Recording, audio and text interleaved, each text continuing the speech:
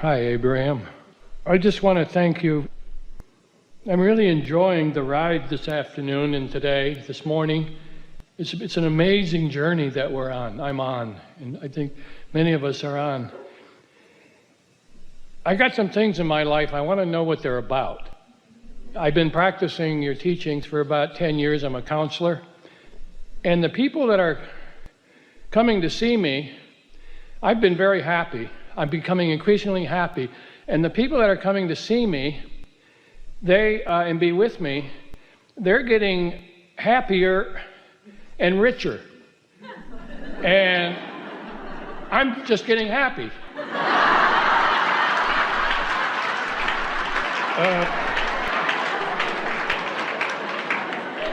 Now, the second thing I want to know what it's about. Do you believe that you have desire to be getting more prosperous? That seems like a burden. So there you go. So what we were going to point out, you made it so easy. What we were going to point out is that while you may have a desire for more prosperity, you undoubtedly, if it's not coming and coming easily, you've got some thoughts that you're thinking that are counter to that, like it's inappropriate, or it's not spiritual, or it's too much to maintain, or it would clutter my life, or it would step on my toes of freedom, or all of those things. You're right. And the second thing that I've noticed is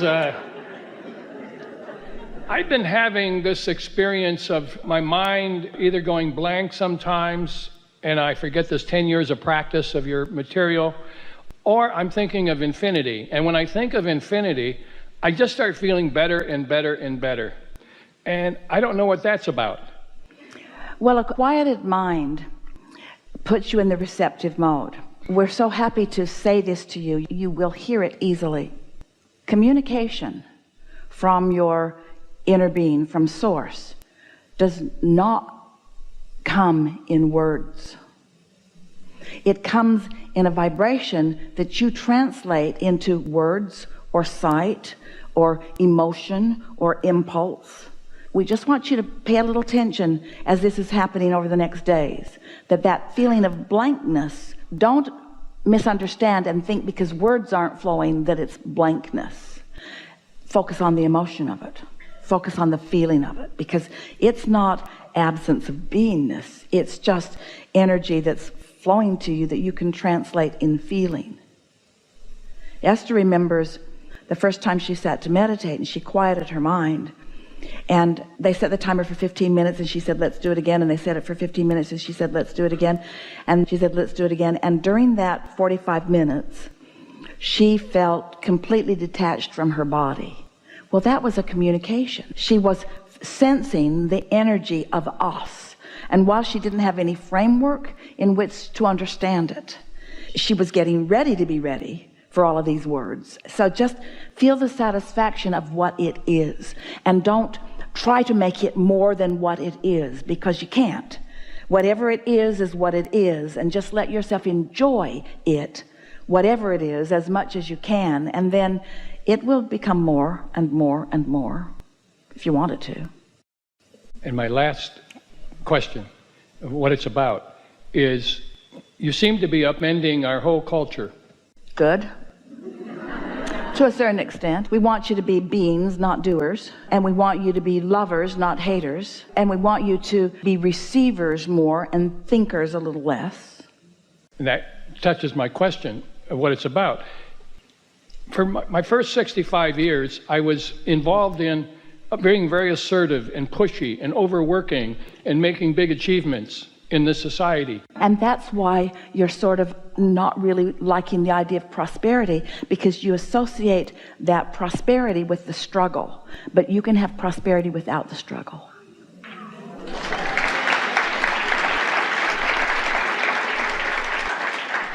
It feels to you like you paid too much of a price of not enough freedom, you say. So receptivity is the challenge for me, is to really embrace receptivity rather than assertiveness. Today's been a good day, but here's the way to look at it. Step 1, step 2, step 3. We haven't talked about this today like this. Step 1 is contrast causes you to ask. And in that step 1, you're doing a whole lot of thinking. You're comparing this to this. You're acknowledging that and that. That's really the thinking mode. Step 2, not yours to do. Source is thinking about it. Source is answering it. Source is flowing to it. Step 3 is you get into the receptive mode so that you can receive the answer to what you've been thinking about. It's the match to your thoughts. It's the positive match to your thoughts. So it sort of all comes together for you, doesn't it? We think that the takeaway for you in what's happened all day here today, and the thing that we want to emphasize with you most right now, is just pay a little bit of attention to whether you're thinking or whether you're receiving. But here's the thing. So when you think about conditions, you launch rockets of desire, and it sets creation in motion. And then when you care about how you feel, and you know about your inner being, and you deliberately tune to the frequency of your vortex into your inner being, and you accomplish vibrational equivalency because you've quieted your mind and you're thinking nothing, and in thinking nothing you're contradicting nothing, so you've got vibrational equivalency because you're thinking nothing.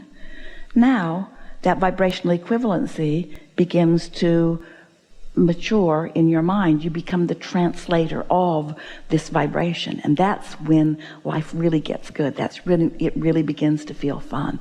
And once that begins and you add your thoughts to that, that's when you really begin to feel the hands in the clay, deliberate creation that you came to live.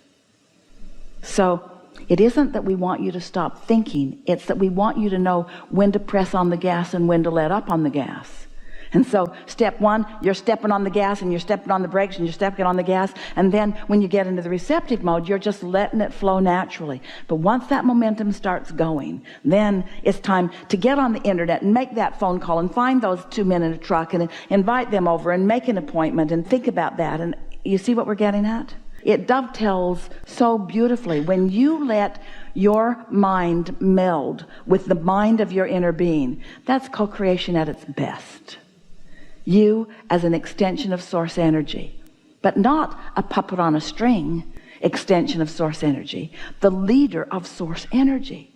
Sometimes people will say to us, Abraham, I've been following you for 10 years. And we say, actually, we've been following you.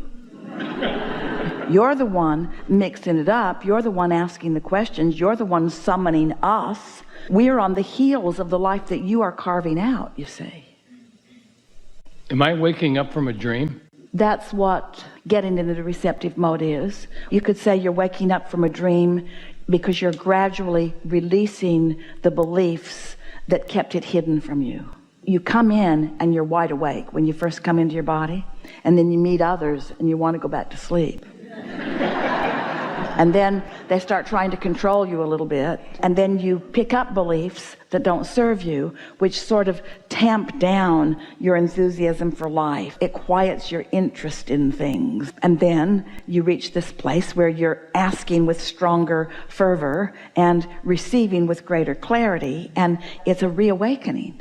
We've been calling this the time of awakening. It's the time of returning to who you really are. It feels like now you can begin living the life that you intended to live. But you had to get hungry before you knew how much you wanted to eat. And you had to know what you don't want before you could know what you do want. And you had to live with negative emotion before you could know the preciousness of positive emotion. And you had to have some experiences of loneliness and despair because you'd pinched yourself off from your inner being before you decided, I will be in alignment with my inner being no matter what.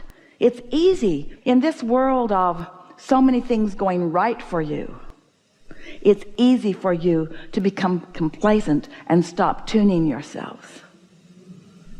But when things start shaking up a little bit and you start recognizing the things that really matter to you, then you wake up and hopefully align with the energy that creates worlds. Something more on that list? No, you're amazing, and I'm so blessed to be here. Thank you very much. We're happy that you can hear. We're happy that you're hearing us. Yeah. Really good.